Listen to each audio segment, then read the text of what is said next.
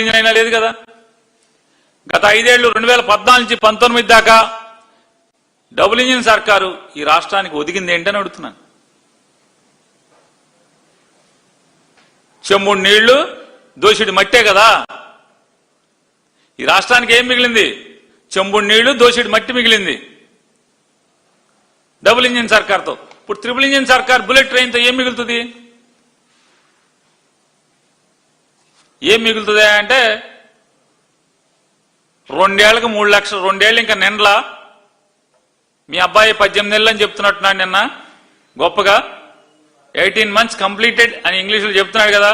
18 months కి 3 lakh crores అప్పు తెచ్చారు మీరు. 18 నెలలకి 3 లక్షల కోట్లు అప్పు తెచ్చే పరిస్థితి.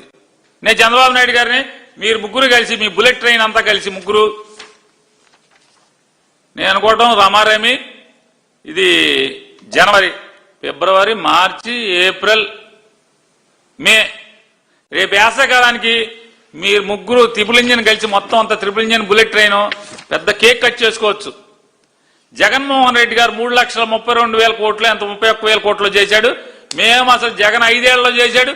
మేము 2 ఏళ్లు తిరగకుండానే 2 ఏళ్లలో జగన్ రికార్డు బ్రేక్ చేశాం. జగన్ తెచ్చిన అప్పులు కన్నా ఎక్కువ చేశామని మీరు పెద్ద కేక్ కట్ చేసుకుంటే పనికి వస్తుంది తప్పితే ఈ bullet train, triple engine bullet train దేనికి పనికి వస్తాయా అంటే జగన్మోహన్ రెడ్డి గారు 5 ఏళ్లలో ఈ రాష్ట్ర సంక్షేమం కోసం, ఈ రాష్ట్ర అభివృద్ధి కోసం 3 పోర్టులు, 10 ఫిషింగ్ హార్బర్లు, 31 లక్షల మందికి ఇళ్ల పట్టాలు, ఇల్లు లేని వాళ్ళకి ఇళ్ల పట్టాలు, ఇట్లా అనేక కార్యక్రమాలు, ప్రభుత్వ హాస్పిటల్ చేయటం, 17 మెడికల్ కాలేజీల నిర్మాణం చేయటం, ఇట్లా అనేకమైనటువంటి అభివృద్ధి కార్యక్రమాలతో పాటుగా 2,60,000 కోట్ల రూపాయల సంక్షేమాన్ని సరాసరి నేరుగా ప్రజలకు అందించడంలో కానీ, వీటన్నిటి కోసం 5 ఏళ్లలో 3,30,000 కోట్లు అప్పు చేస్తే మీరు 18 నెలల్లో అంటే 60 నెలల్లో 3,32,000 కోట్లు, 3,30,000 కోట్లు చేస్తే 18 నెలల్లో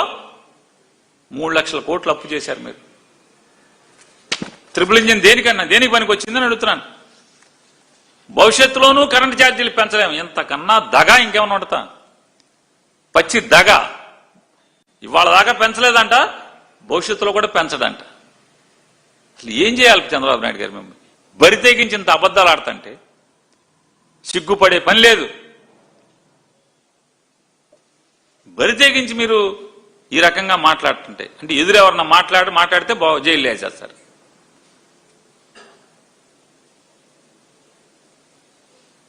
చిన్న చిన్న భూతగాదాలు పెట్టుకోవద్దని ప్రజలందరినీ కోరుతున్నా అంట. కుటుంబ సభ్యులు, బంధువులతో వివాదాలు వద్దు. అద్భుతం అండి. అసలు మీకు ఎవడు సాటిరాడు. బంధువులతో తగాదా పెట్టుకోవద్దు, చుట్టాలతో తగాదా పెట్టుకోవద్దు, కలిసిమెలిసి ఉండండి, ఆస్తి తగాదాలు వద్దు. ఇంతే కదా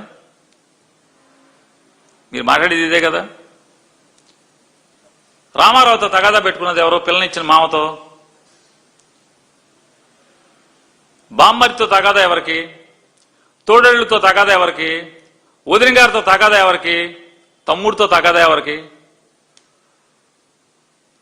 బామ్మర్తి కొడుకు జూనియర్ ఎన్టీఆర్తో తగాదా ఎవరికి? మాకా?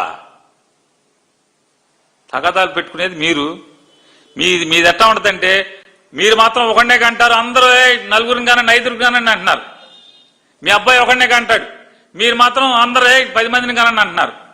అంటే ఏది మీరు ఆచరించరో అది అందరిని ఆచరించమని చెప్తారు. చుట్టాలతో తగులొద్దు అంటారు, మీరు అన్ని చుట్టాలతో తగులు, మొత్తం మీ చుట్టాలందరితో తగులు మీరే కదా. ఎవరికి తగులు ఉన్నాయి? మాకెవడికి ఉన్నాయి తగాదాలు? మా చుట్టాలతో మాకెవడికి తగాదాలు ఉన్నాయి? ఇది ఒకటే కాదు, ఇంకోటి కూడా చెప్తాడు, ఆస్తులు తగాదాలు వద్దు అంటాడు.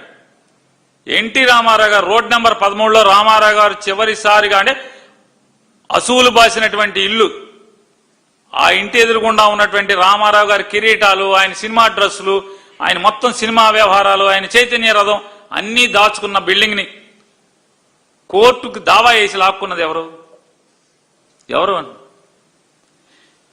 ఎన్టీఆర్ ట్రస్ట్ భవన్ ని కోర్టు కేసు లాక్కున్నది ఎవరు? రామారావు గారి దగ్గర నుంచి. ఎన్టీ రామారావు గారు తెలుగుదేశం పార్టీ బ్యాంక్ అకౌంట్లు సీజ్ రామారావు సంతకం పనికి రాకుండా, ఎన్టీ రామారావు గారి సంతకం పనికి రాకుండా సీజ్ చేయించి ఆ డబ్బు మొత్తం మీకు